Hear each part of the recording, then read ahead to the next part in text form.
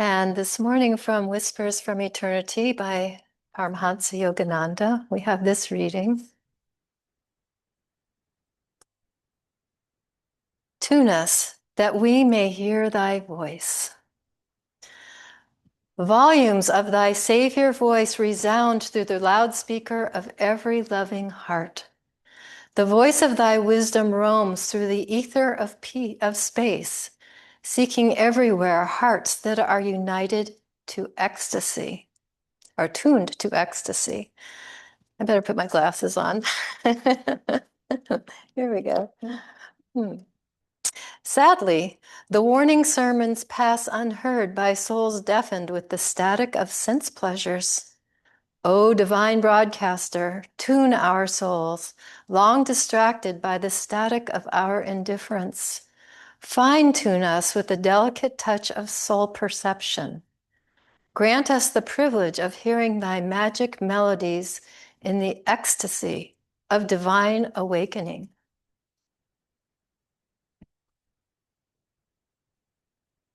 Greetings, everyone. For those of you who don't know me, I'm Nayaswami Gurupriya, and I like to share that my name, Gurupriya, means beloved of the Guru, of which you all are as well. So you are all Gurupriya. And today's talk is my favorite. It's about the love of the Guru. And I'm going to start my story with where I was, and we all arrived to a time when we go, is there anything more? Is this all there is? Isn't there something that really is meaningful and uplifting? Or is the world just one rancorous up and then down? and when I was in my late 20s, I was feeling all of this turbulence in my heart and seeking direction and thinking, who do I know that I could actually entrust with myself and want to follow or emulate? And there was only one person in the body at that time that sort of came to mind. And of course, I had a loving family, but they had their issues too. But Jesus Christ came to mind. I could follow Jesus Christ. And then that winter, in the turbulence of my own seeking and my heart, I was driving from Seattle to Eugene, Oregon to visit friends. I was on I-5, which is the equivalent of 95 along the East Coast, all the way from the border of Canada to the border of Mexico. And I was in a little blue bug, a little Volkswagen Beetle, and I went into an ice patch, and the little blue bug and I are spinning like this in the middle of I-95, and coming right at me is a huge semi truck going, wah! And I'm going, this is it, I'm out, I'm out. And then the next minute, I was on the side of the road facing south, and that semi was going right by me. And I just went, oh my God. I just witnessed a miracle. I just witnessed a miracle. And I slowly ventured back out on the road and got to my destination. And then several months later, I was in Los Angeles and I was visiting friends there.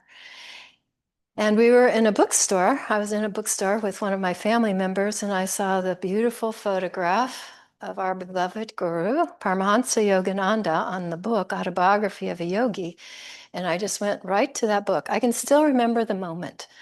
I'm in this bookstore, I see his face on the book, and my family member, who's a step aunt to me, she said, oh, don't buy the book. I have it. I'll give it to you. And I said, okay.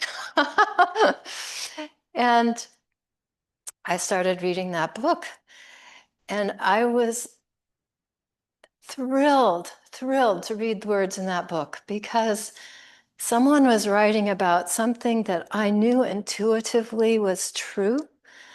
And even though there were parts of it that were out of my normal human life, miracles, gurus, you know the book, any of you who've read it, the word is smrti in Sanskrit, and smrti is divine memory. And in my smrti, it's like, oh, somebody's actually put into words something I know to be true. And after I finished the book, I thought, I need a guru. I wonder who my guru is. And a month or so later, I saw in a New Age newspaper in Seattle, that's where I was living at the time, there was an ad for the Self-Realization Fellowship lessons. And I thought, well, I'm going to take those lessons. That's the same person who wrote the Autobiography of a Yogi. I love that book. I'm going to take those lessons. So I started those lessons, and I was devoted to learning them. They're beautiful. I took all 4 years of them. And then in the meantime, I'm starting naturopathic school and I'm meeting new friends. And one of my friends gave me The Path, Swami Kriyananda's book, The Path. And in 1995, exactly 40 years ago, I found myself at Ananda village, and I was met by Durga there, and she said, how do you come here? And I said, well, I've been taking the SRF lessons. She goes, it's the same teaching, just a different expression. And I said, great. But what was lovely for me is in the enthusiasm of my heart, just driving to Ananda, the first time my heart is like this is something really important to me. This is really big. It's like one of the biggest things in my life. And when I got there, within 5 minutes, I felt, I'm home. I'm home. And the next evening, I was initiated as a disciple to Master by Swami Kriyananda. And same thing, my heart is going like this. And he touched my heart, and it just went, I just want you to know the blessings of the guru-disciple relationship, they're beyond this world. And that's what's so beautiful about them. They're practical in the world, but yet beyond the world. All of the masters, Jesus Christ, each one of them, and for all of us who just returned from India, so many blessings. I can't encourage you enough to have that on your bucket list. If you have not gone, please do, because what's unique about India, as Master said, as where men dream God, my body is beloved to have touched that sod. And you feel in the very soil of the country the love of God everywhere. There's temples everywhere, there's altars everywhere, every vehicle, every guru along every corner, but there's a deep, deep, deep love for God there. So a little aside, please go. I want to get back though to the theme of what the guru is about. And this is in the very discipleship initiation. And I actually printed up the words from the autobiography and from the path, because in both of those readings, and this is thrilling to me, absolutely thrilling. So I'm just going to read the words because, as Master said, it has my vibrations. Yeah. So this is Master seeking his guru. And he's in Benares, which is Varanasi, which is where we all were in late February. And he says, a Christ-like man in the ochre robes of a Swami stood motionless at the end of the road. Instantly and anciently familiar he seemed. My gaze fed hungrily for a trice, then doubt assailed me. Thou art confusing this wandering monk with someone known to you, I thought. Dreamer, walk on. After 10 minutes, I felt heaviness and numbness in my feet. As though turned to stone, they were unable to carry me farther. Laboriously, I turned around. My feet regained normalcy. I faced the opposite direction. Again, the curious weight oppressed me. The saint is magnetically drawing me to him. Retracing my steps as though wing-shod, I reached the narrow lane. My quick glance revealed the quiet figure steadily gazing in my direction. A few eager steps and I was at his feet. Guru Deva, The divine face was none other than he of my 1,000 visions. These halcyon eyes and leonine head with pointed beard and flowing locks had oft peered through gloom of my nocturnal reveries, holding a promise I had not fully understood. Oh, my own, you have come to me. My guru uttered the words again and again in Bengali, his voice tremulous with joy. How many years I have waited for you. We entered a oneness of silence. Words seemed the rankest superfluities. Eloquence flowed in soundless chant from heart to master to disciple, heart of master to disciple. With an antenna of irrefragable insight, I sensed that my guru knew God and would lead me to him. My hand in his, my guru led me to his temporary residence in the Rana Mahal section of the city. As we made our way to the stone balcony of a house overlooking the Ganges, he said affectionately, I will give you all my hermitages and all I possess. The swift Indian twilight had dropped its half curtain before my master spoke again. His eye held unfathomable tenderness. I give you my unconditional love. Precious words. A quarter century elapsed before I had another auricular proof of his love. His lips were strange to ardor. Silence became his oceanic heart. Will you give me the same unconditional love? He gazed at me with childlike trust. I will love you eternally, Guru Deva. Ordinary love is selfish, darkly rooted in desires and satisfactions. Divine love is without condition, without boundary, without change. The flux of the human heart is gone forever at the transfixing touch of pure love. He added humbly, if ever you find me falling from a state of God realization, please promise to put my head on your lap and help bring me back to the cosmic beloved we both worship. And this is the part that just always gets me, the unconditional love of the Guru. Whether we, through all our errors, through all our incarnations, through all our almost fatal accidents on frozen roads, the love of the Guru is there helping us. And sometimes one of those drives ends in a tragedy. Inez and I know someone who died in a car accident. She was a disciple of Master. And I can tell you that though I was sobbing for a day or so, I have shared, and I can vouch for this, that I heard her on the other side saying, I am with Master now. I am so happy. I'm so happy. So through this tragedy, through her own death, we have shared a beautiful picnic that day. And then she's in this tragic accident on 95 heading south. And she said, don't weep for me. I am in bliss. I'm in bliss now. This is our beloved Lisbeth. And so in my case, I was spared the Mack truck. In Lisbeth's case, she had to go through that, and she was still with Master just the same, and Master was with her.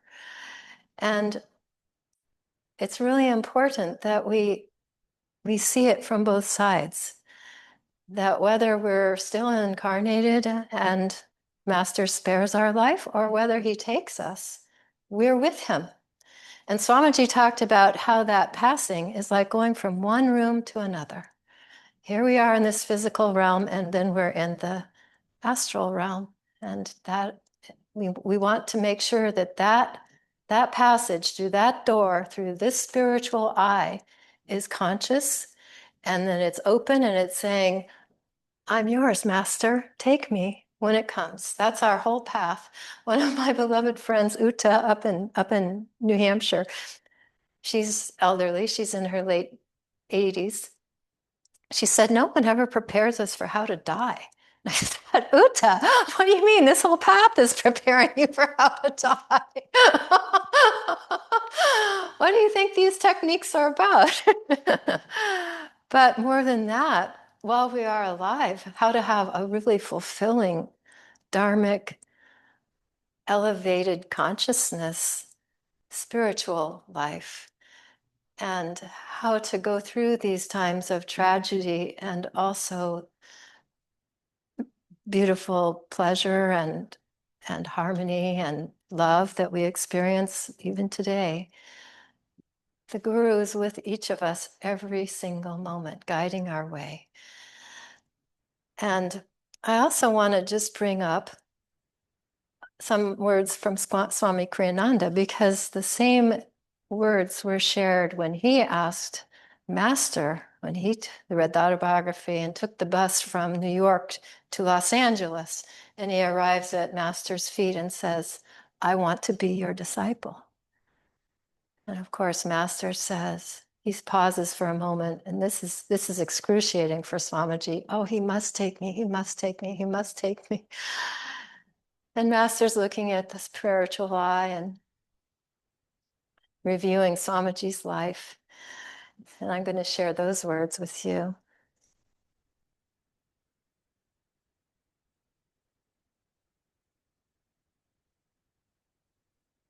This is Swamiji. Over and over again, I prayed desperately in my heart, you must take me. I know that you know my thoughts. I can't say it outwardly. I'd only burst into tears, but you must accept me. You must. Early in the conversation, he told me, I agreed to see you only because Divine Mother told me to. I want you to know that. It isn't because you've come such a distance. 2 weeks ago, a lady flew here from Sweden after reading my book, but I wouldn't see her. I do only what God tells me to do. He reiterated, Divine Mother told me to see you. Divine Mother, as I already knew from reading his book, was the way he often referred to God, who he said embraces both the male and the female principles. There followed some discussion of my past. He appeared to be pleased with my replies and with my truthfulness. I knew that already, he once remarked, indicating that he was only testing me to see if I would answer him truthfully. Again, a long silence, while I prayed ardently for acceptance. I am taking fewer people now, he said. I gulped. Was this remark intended to prepare me for a letdown? At one point in our discussion, he asked me how I liked his book. Oh, it was wonderful. That, he replied, is simply because it has my vibrations in it. Vibrations? I'd never before thought of books as having vibrations. Clearly, however, I found his book almost alive in its power to convey not merely ideas, but a new state of awareness. Then more silence. There's more. But then finally, Master says, all right, he said at last, you have good karma. You may join us. Oh, but I can wait, I said, hoping he wasn't taking me only because I hadn't yet found another place to live. No, he smiled, you have good karma. Otherwise, I wouldn't accept you. Gazing at me now with deep love, he said, I give you my unconditional love. Immortal promise. I couldn't begin to fathom the depth of meaning in those words. Will you give me your unconditional love? Yes. And will you also give me unconditional obedience? Desperately, though I desired acceptance, I had to utterly be honest. Suppose sometimes I asked, I think you're wrong. I will never ask anything of you, he solemnly replied, that God does not tell me to ask. And with that, Swamiji could accept that he could be obedient to Master. So I think what's beautiful in both of these stories is the thrilling, just as I experienced in my own life, as I was becoming a disciple of Master, as I was reading Autobiography of a Yogi, the thrill of the truth, of the promise, of the love. And then the moment where we're sitting in front or in our discipleship initiation, we're having that experience of, will you give your unconditional love and obedience to this guru? That doesn't mean that you don't have your own will. I want to emphasize that. The guru never takes away self-will, will never interfere with self-will. He'll let you make 1,000 mistakes, but when you're ready, he'll be there to lift you up and to help guide you back to the light. And this is what's beautiful about it. It's not like we're slaves to a master. He's a master because he's overcome all delusion, and he's there to help us also overcome the delusion. I, we all know people, and I find it interesting. After I came back from India, I have a friend that helps me in my garden. I'm working to create an orchard, and he has this feeling like, oh yeah, India sounds wonderful. I'd like to go there. And he said, but I'd never do it without a guide. But at the same time, he's also thinking that he can get to self-realization without a guru. One can go to India, but not without a guide, but somehow I can find God without a guru. It's a little incongruous. And I want to end with another story that's in the path. You may remember that Swamiji had a brother disciple named Norman. And Norman comes in and he shares these words in the dining room. Norman entered the dining room one day at lunchtime looking stunned. This morning, he announced shakily, I was driving the big flatbed truck down Mount Washington. As I came to the steepest part of that hill, I stepped on the brake to slow down to the hairpin turn at the bottom, but my foot went right to the floor. I pumped frantically, nothing happened. By this time, the truck was going so fast I couldn't shift to a lower gear. In moments, I knew I'd be hurling to my death over the edge of the steep embankment. Desperately, I prayed to Master, is this what you want? Suddenly, the truck slowed to a complete stop. The brakes still weren't working, but I was able to park safely in gear and curb the front wheel.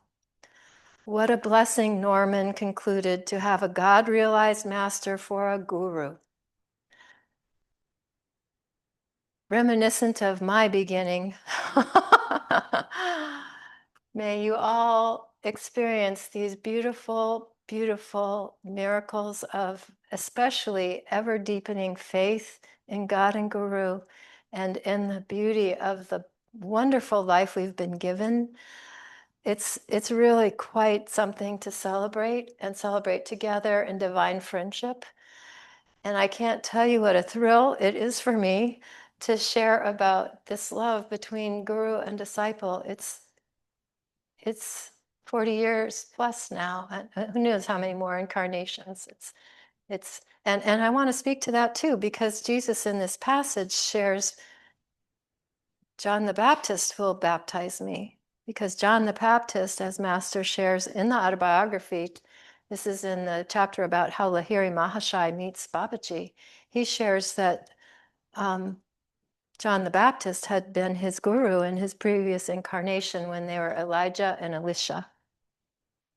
And it was appropriate then for his guru to baptize him and give him that ordination, so to speak, before he started his work in Israel.